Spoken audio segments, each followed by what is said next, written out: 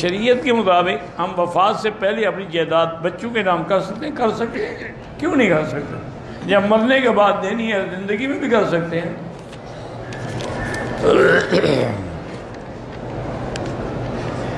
کہتے جی کہ ایران عراق سے واپس آنے والے وہاں کے تبرکات، نجف کا پانی فرضی تبرک ہے نا، اصل تبرک تو زمزم ہے، مدینے کی کھجور ہے،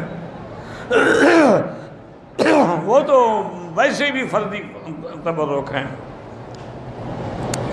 میں نے 18 دن کی نمازیں نہیں پڑھی، توبہ بھی کرو اور قضا بھی کرو، ہر نماز کے ساتھ قضا پڑھا کرو۔ میری بہن کی پتے میں کنکری، اللہ شفا عطا فرمائے۔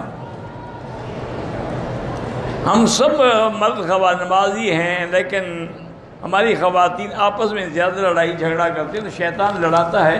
اس کے لیے حل یہی ہے کہ آخری صورتیں جو ہے نا وہ پڑھ کے دم کیا کرو، پڑھ کے پانی پہ دم کر دیا کرو تاکہ سب اسی پانی کو پیتے رہیں۔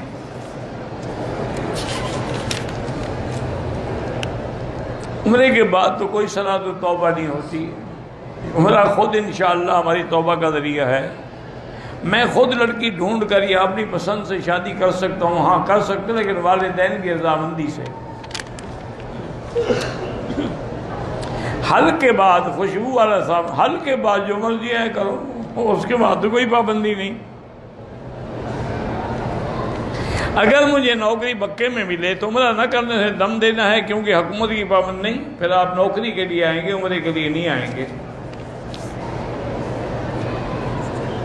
کہتے ہیں کہ سوشل میڈیا پر حضور پاک کی چپل مبارک کی ویڈیو دکھاتے ہیں، اللہ عالم میرے نزدیک تقریباً یہ سب غلط ہے کہ آپ کے جوتے مبارک نہ مکے میں ہیں نہ مدینے میں ہیں، آپ کے پاس سوشل میڈیا میں پہنچے ہوئے ہیں۔